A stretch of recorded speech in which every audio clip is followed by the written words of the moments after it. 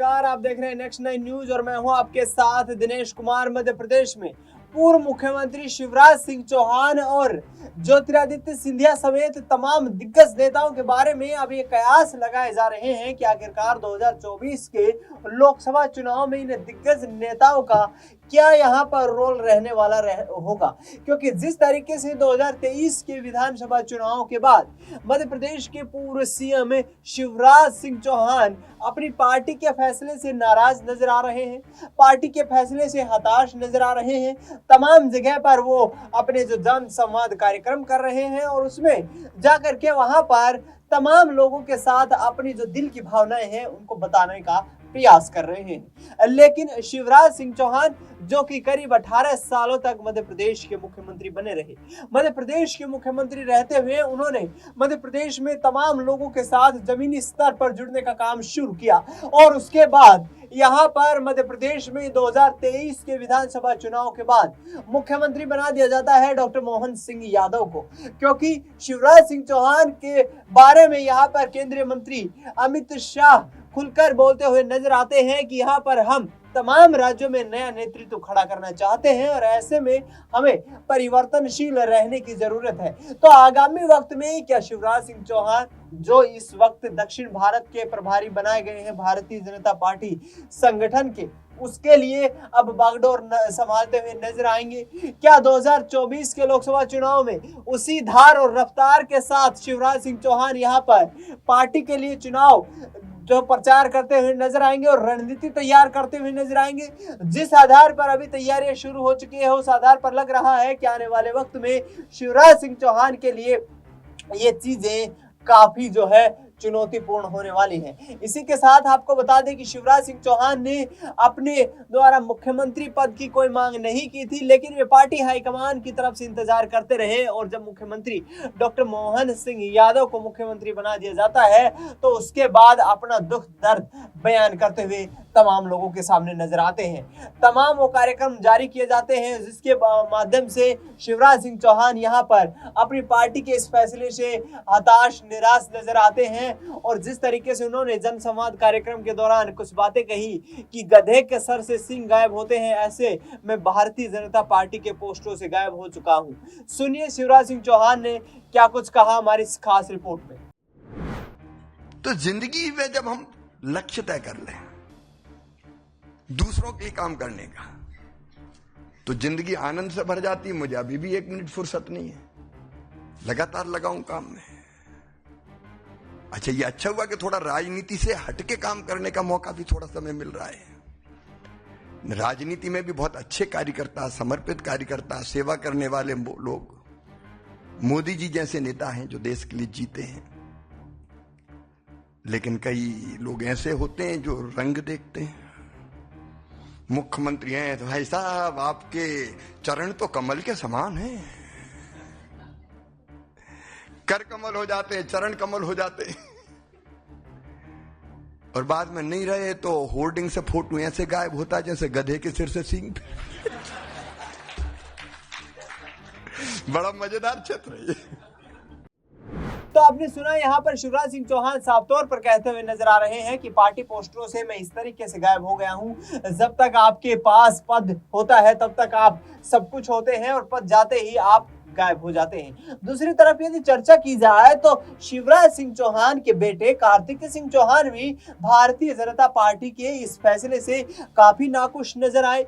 जिस दिन चुनावी नतीजों का ऐलान किया गया उस दौरान भारतीय जनता पार्टी को मध्य प्रदेश में प्रचंड जीत हासिल हुई थी, लेकिन उस जीत को हासिल होने के बाद शिवराज सिंह चौहान अपने पूरे परिवार के साथ एक डिनर पार्टी को एंजॉय करने के लिए जाते हैं। लेकिन डिनर पार्टी एंजॉय करने के बाद शिवराज सिंह चौहान के बेटे कार्तिक सिंह चौहान यहाँ पर पार्टी पर बिफर पड़ते हैं और कहते हैं कि यहाँ पर यदि वायदे पूरे नहीं किए गए तो अब कोई बड़ा कदम भी उठाया जा सकता है। तो देखिए क्या कहते हुए नजर आ रहे हैं यहाँ पर शिवराज सिंह चौहान के बेटे कार्तिक सिंह चौहान। सुनिए उनका बयान जिस तरीके से वो पेश आ रहे हैं।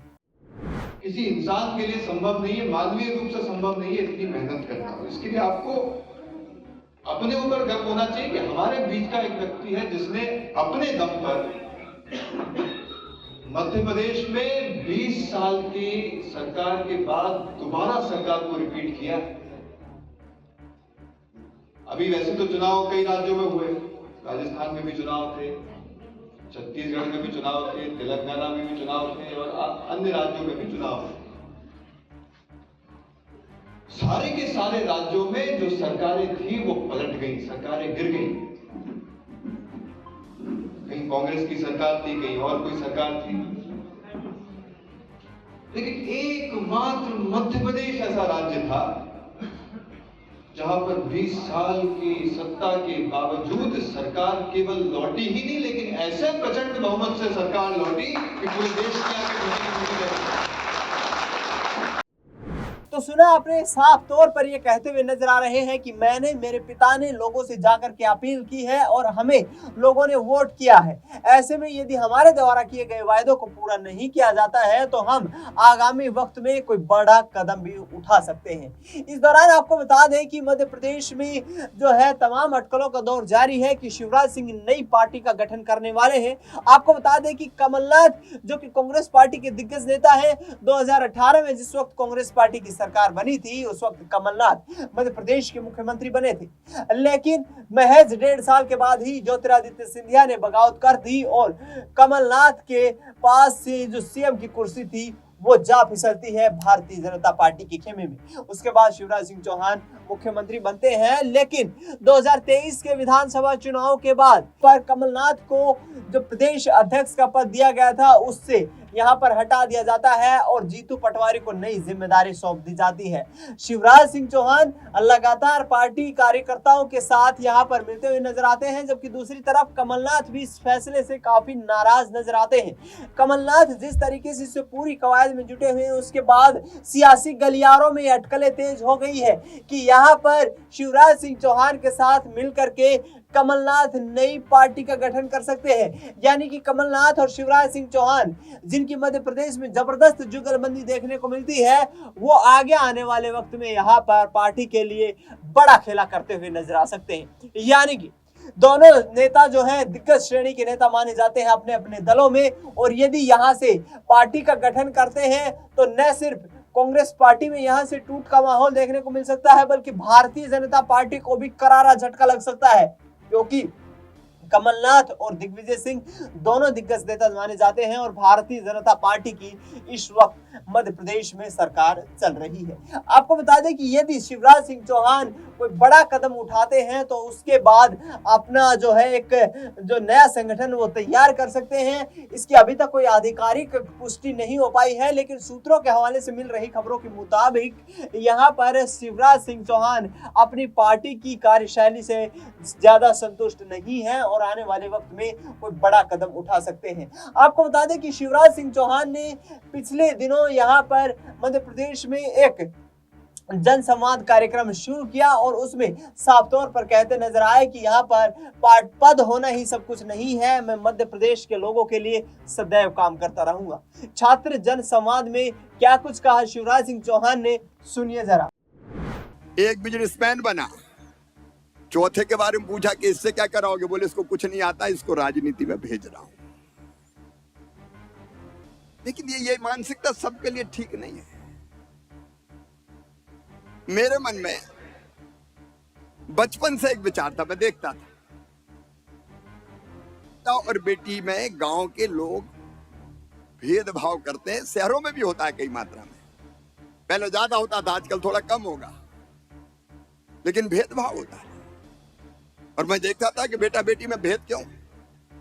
कई बार तो कई जगह ऐसा हुआ कि पहले ही पता चल गया कि जन्म लेने वाली बेटी है तो बेटी को जन्म ही मत लेने दो। कोई कत्ल खाना बना दिया, सेक्स रेशियो बदल गया, बेटे ज्यादा पैदा होने लगे, बेटियां कम पैदा होने लगी। मध्य प्रदेश में 912 बेटियां 1000 बेटे।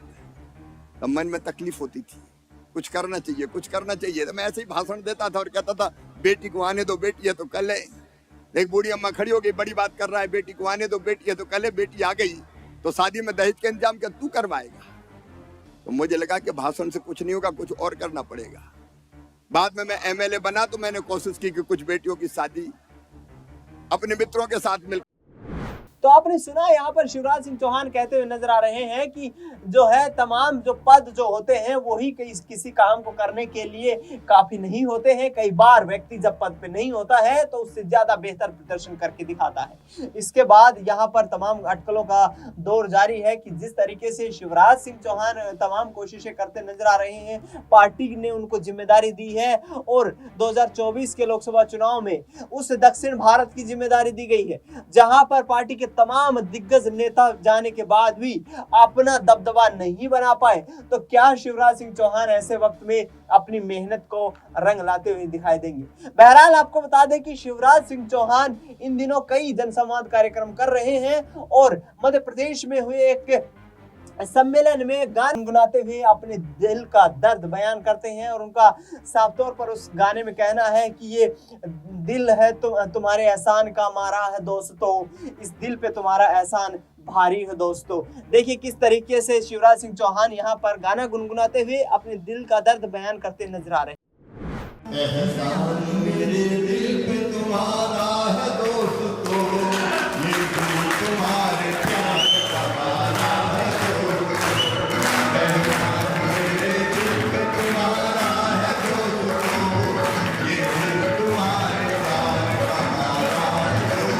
एहसान मेरे दिल पे तुम्हारा है दोस्तों, ये दिल तुम्हारे प्यार का मारा है दोस्तों। तो आपने देखा जिस तरीके से शिवराज सिंह चौहान तमाम संदेश भेजने की कोशिश कर रहे हैं पार्टी हाईकमान को कि वो जिम्मेदारी से संतुष्ट नहीं है। मध्य प्रदेश के सीएम के तौर पर वो ज्यादा अच्छे तरीके से मुखर तरीके से काम कर रहे थे और आने वाले वक्त में यहाँ पर कहीं ना कहीं यदि भारतीय जनता पार्टी हाईकमान उनको केंद्र में या राज्य में कोई बड़ी जिम्मेदारी नहीं देता है तो बगावती सुर भी अपना सकते हैं। फिलहाल हमारी इस खास रिपोर्ट में इतना ही।